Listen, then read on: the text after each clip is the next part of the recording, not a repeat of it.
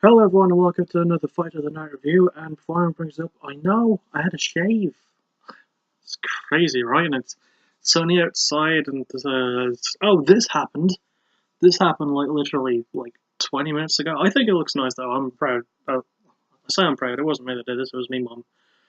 Yeah, but yeah, we have a Fight of the Night review, so that's what we're going to do.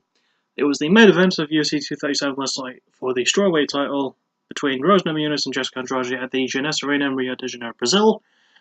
And it ended in round two when Jessica won, roughly 3 minutes, 2 minutes 58 seconds in round two, via knockout due to a slam.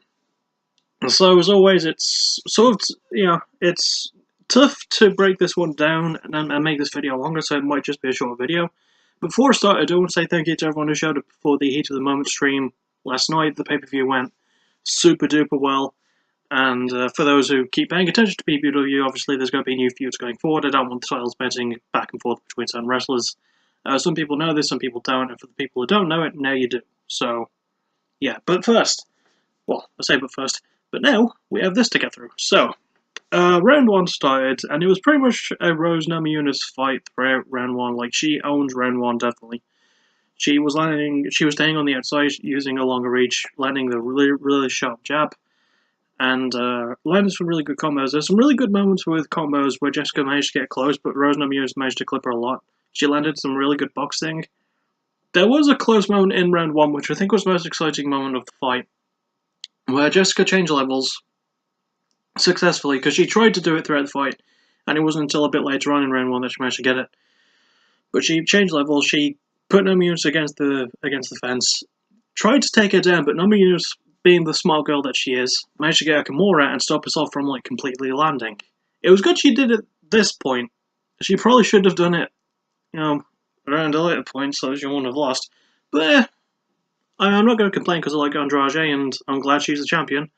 But that's not what we're here to discuss. Now, yeah, so round one was pretty much all Rose Namajunas besides that. She landed fantastic combos. Really great boxing. She landed some good kicks. Andrade has some really good leg kicks in round one, so I'll say that for her. But yeah, round one was pretty much all Namajunas, and I think it was near the end of round one or at some point in round two where she managed to get a good takedown. I think it was in round one where she managed to get a takedown on Jessica and managed to land some really good ground and pound. Basically, the round was all Namajunas, even in terms of wrestling, where despite Andrade sort of getting a takedown with the sort of slam thing she did, it was round one was definitely Rose Namajunas. Although, one thing I will say, there was a bit of a weird comment on commentary that didn't really make sense, and it was by Daniel Cormier, and he said, Jessica's looking hurt, and she's hurt more than what the blind eye could see, to which I was thinking, a blind eye can't really see anything, so that sentence makes no sense. I mean, Daniel Cormier, I like you, but sometimes you speak some utter bollocks, and that is one of the most utter bollocks lies I think I've ever heard on commentary. Hi, I'm King. Sorry, the catchphrase King Ross Twardell, and this is all the WTF moments from UFC 237. It's not. Although that would be brilliant if I could do that, but I need to be able to watch full events, which I still can't do. We're talking about this fight. So yeah, round one, definitely all Rose Namajunas. Round two was also definitely all still her. I think she stuck to the game plan. She stayed on the outside, landed some really good shots. Obviously, by this point, Andrade was buzzed up. She already had a cut on the left eye near the opening of round one. She was split pretty badly, and she was bleeding pretty, not terribly all over the face. It was mostly around her left cheek, but the damage was very significant in my opinion, and especially considering Rose was landing a lot more strikes, like almost double, roughly triple, I think, of what Jessica had landed, especially to the head. But then, it happened. Then the victory happened. Like, Andrade managed to get in with some really good boxing combos, managed to get a takedown, picked Rose up and slammed her, and landed a good couple of punches before the referee, Mark Goddard, who was very sharp about this, noticed that Rose was out from the slam. And I can blame him for being a little bit slow to her, because slam knockouts very rarely happen. So, for that moment, just because I really like Mark Goddard, I'm going to give him a few bonus points for the really good refereeing job he did. I'm going to give the crowd a surprising amount of bonus points as well, despite the fact that this fight was in Brazil. They didn't overly cheer Andrade. I mean, they cheered for her during the fight, but during the intros, they didn't go yay for her. They didn't go super yay, and they didn't go super boo for Rose. they kept their reactions to both surprisingly mixed, I will admit. They were slightly more positive for Jessica, which makes sense, but still, it was a bit weird. But yeah, so the ending of the fight was that slam and a couple more punches, and Jessica Andrade is the new strawweight champion. I almost said flyweight, which is not correct. I'm gonna keep moving my hair like that until it looks a bit. Oh, that's nice. But yeah, I don't think this is definitely not fight of the year material. If it were a fight of the night, then it wouldn't have been as one-sided as it was until the sudden upset.